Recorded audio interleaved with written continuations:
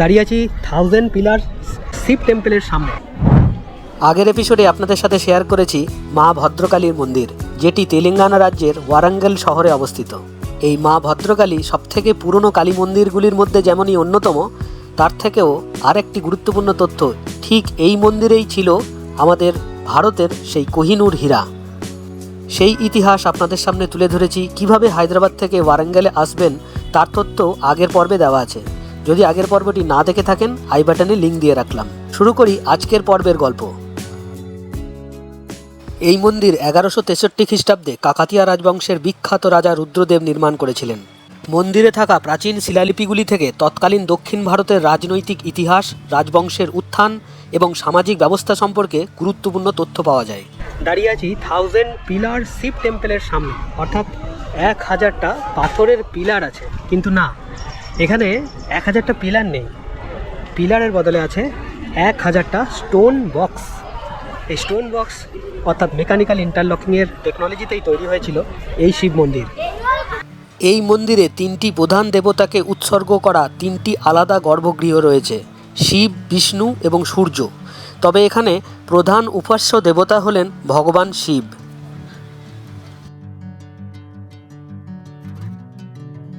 (1175 থেকে 1324 অব্দে এই মন্দির তৈরি হয়েছিল। কাকাতিয়া রাজবংশের রাজা রুদ্রদেব প্রতিষ্ঠা করেছিলেন এই শিব মন্দির। দেখুন, এখানে যদি ভালোভাবে লক্ষ্য করেন, আমরা বলছি এটিকে 1000 পিলার শিব মন্দির, কিন্তু এটি অ্যাকচুয়ালি 1000 স্টোন বক্স মেকানিক্যাল ইন্টারলকিংয়ের টেকনোলজিতে তৈরি হয়েছে। অর্থাৎ এই পিলারগুলোর মধ্যে যে জয়েন্ট, সেই জয়েন্টগুলো কিন্তু এক একটা খাঁজের উপরে খাঁজে এটা বসে আছে। সেজন্যই এগুলো প্রচণ্ড পরিমাণে শক্ত, যেগুলো মডার্ন টেকনোলজিকেও হার মানায়।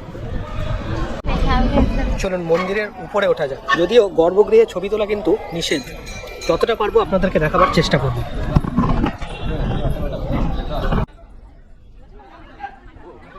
এই হচ্ছে গর্ভগৃহ শিব মন্দিরের।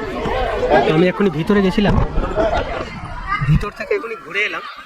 ঠিক মন্দিরের বাইরে এই যে পাথরের উপরে দাঁড়িয়ে আছে, প্রচণ্ড গরম, কিন্তু মন্দিরের ভিতরে যখন ঢুকছি এত ঠান্ডা, শীতল। পাথরগুলো পুরো গ্রানাইট কালো পাথরের তৈরি। দেখুন, এগুলো বাইরের দেখাচ্ছি, ভিতরেরটা তো আমি দেখাতে পারছি না, কারণ ক্যামেরা ওখানে অ্যালাউ নেই। তো এখনকার দিনে যে ড্রিল বিট টেকনোলজিতে যে কাজ করা হয়, মানে যে ফিনিশিং লেভেল করা হয়, তার থেকেও নিখুঁতভাবে তৈরি ভিতরে পাথরের উপরে খাঁজ কাটা মন্দিরের খোদাই করা মূর্তি। মানে চোখ ভরে যায়, এত পুরনো দিনে কিভাবে করেছিলেন আমাদের পূর্বজরা এই মন্দিরের কারুকাজ, শিল্পকৃতি, স্থাপত্য, ভাস্কর্য, যাই বলুন না কেন, আমার মুখের ভাষা হারিয়ে গেছে। এত সুন্দর ফিনিশিং। তখনকার দিনে ড্রিল বিট তো ছিল না, এত এখনকার মতো মডার্ন টেকনোলজি তো ছিল না তখন। জানি না কীভাবে পসিবল হয়েছিল। আমি আপনাদেরকে মন্দিরের চারপাশটা ঘুরিয়ে দেখাবার চেষ্টা করছি, মানে আমি নিজেও ঘুরবো আর যা দেখতে পাবো আপনাদেরকে দেখাবো। এই যে মন্দিরের প্রবেশদ্বার, এদিকে একটা যাওয়া এখনো বাকি আছে। আগে এই দিকটা দেখি, চলুন। প্রথমে এই যে হাতি এবং নন্দী মহারাজের মূর্তি। দক্ষিণ ভারতের শৈব ভক্তদের জন্য এটি অত্যন্ত পবিত্র একটি স্থান। বিশেষ করে মহাশিবরাত্রির সময় এখানে বিশাল উৎসবের আয়োজন করা হয় এবং হাজার হাজার ভক্তের সমাগম ঘটে। মন্দিরটি চালুক্য এবং কাকাতিয়া স্থাপত্যশৈলীর এক অপূর্ব মিশ্রণ। এটি স্টার শেপড, অর্থাৎ নক্ষত্র আকৃতির পরিকল্পনা এবং নিখুঁত জ্যামিতিক নকশা প্রাচীন ভারতীয় প্রকৌশল বিদ্যার শ্রেষ্ঠত্ব প্রমাণ করে। মন্দিরের স্তম্ভ, দেওয়াল এবং ছাদ তৈরিতে কালো ব্যালাস্ট পাথরের ব্যবহার করা হয়েছে। এই কঠিন পাথরের ওপর খোদাই করা নিত্যরত নারী, হাতি এবং পৌরাণিক কাহিনীর সূক্ষ্ম বিবরণ চোখ জুড়িয়ে দেয়। এখানে সবাই ছবি তুলছে, নিজের মতো এনজয় করছে। মানে পাশ দিয়ে পেরিয়ে গেলে আর কি ডিস্টার্ব হচ্ছে না মতো বিষয়গুলো। এই যে একটা পিলার, এইখানের ভিতরে একটা পিলার, কিন্তু এদের মধ্যে কোনো জয়েন্ট কিছু খুঁজে পাবেন না আপনি, কারণ এগুলো পুরো মেকানিক্যাল টেকনোলজিতে তৈরি হয়েছিল, একদম এইভাবে।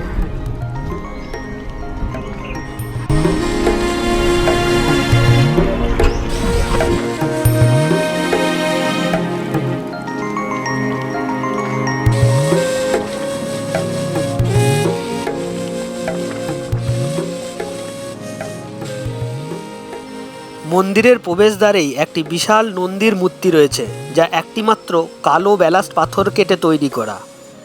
সাধারণত নন্দী মূর্তি প্রধান মন্দিরের দিকে মুখ করে থাকে, কিন্তু এখানকার নন্দী মূর্তিটি পূর্ব দিকে মুখ করে রয়েছে, যা বেশ বিরল। বলতে চাইছি এই যে ফ্লাওয়ার্সের যে ডিজাইন রয়েছে, এই ডিজাইনটা আপনারা দেখুন, একদম এখনকার যে ড্রিল বিট মেশিন থাকে সেই ড্রিল বিট মেশিন ইউজ করলেও এত নিখুঁত ডিজাইন কিন্তু মানে খুব রেয়ার হয়। কিন্তু তখন এত আগেকার দিনে 1100 অর্থাৎ 1200 শতকের তৈরি এই মন্দির, সেই সময়ে আমাদের পূর্বজরা তৈরি করেছিলেন। কীভাবে তৈরি করেছিলেন, তাদের কাছে কি মডার্ন টুল ছিল আই ডোন্ট নো, বাট এখানে আসার পরে যা দেখতে পাচ্ছি তখনকার দিনে যে কীভাবে তারা তৈরি করেছিলেন। এই প্রসঙ্গে বলা যেতে পারে যে কাকাতিয়া বংশের যে আর্কিটেক্ট বিশ্বকর্মা, তিনি কিন্তু এই 1000 পিলার শিব মন্দিরটি তৈরি করেছিলেন। আর্কিটেক্ট ছিলেন তিনি, আর রুদ্রদেব, রাজা রুদ্রদেব, তার আমলে কিন্তু এই মন্দিরটি তৈরি হয়েছিল।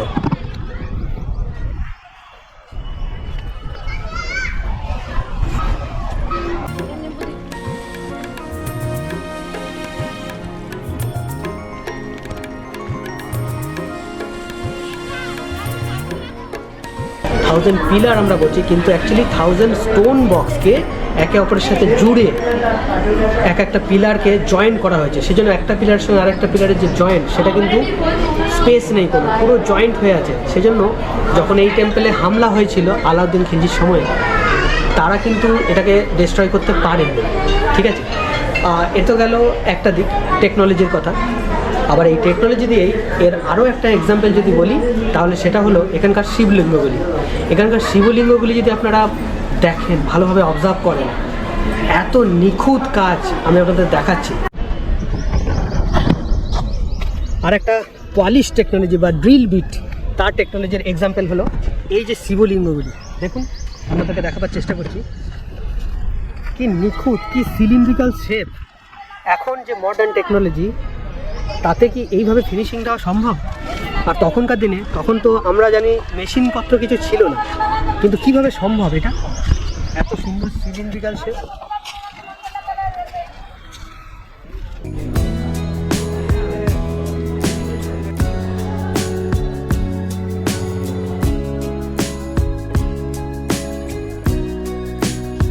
এই যে পিলার আর এই যে বেস, ঠিক আছে, এই বেসের উপর এই পিলারটা কিন্তু বসে আছে।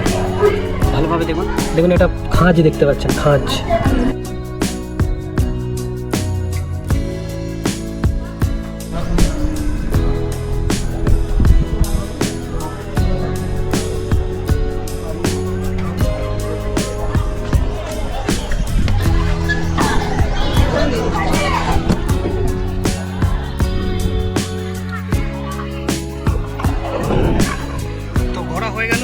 পিলার টেম্পল, যেখানে মেকানিক্যাল টেকনোলজি ইউজ করা হয়েছিল, মেকানিক্যাল ইন্টারলকিং টেকনোলজি। এত সুন্দর সুন্দর আর্কিটেকচার দক্ষিণ ভারত ছাড়া কিন্তু কোথাও পাবেন না। তাই তাড়াতাড়ি ব্যাকপ্যাক করে চলে আসুন। আমি পারিজাত ওরফে কৌশিক, আর আপনারা দেখছেন আমাদের ইউটিউব চ্যানেল পারিজাত ওয়ার্ল্ড ট্রাভেল। ভিডিওটি দেখার পর এতটুকু যদি ভালো লেগে থাকে, তাহলে অবশ্যই লাইক, শেয়ার এবং কমেন্ট করতে ভুলবেন না। দেখা হচ্ছে পরের ব্লগে, ততক্ষণ সাবস্ক্রাইব করে আমাদের সঙ্গে থাকুন। এই ভিডিওটি যদি আপনাদের ভালো লেগে থাকে, তাহলে দেখে নিতে পারেন আমাদের চ্যানেলের এই ভিডিওগুলি।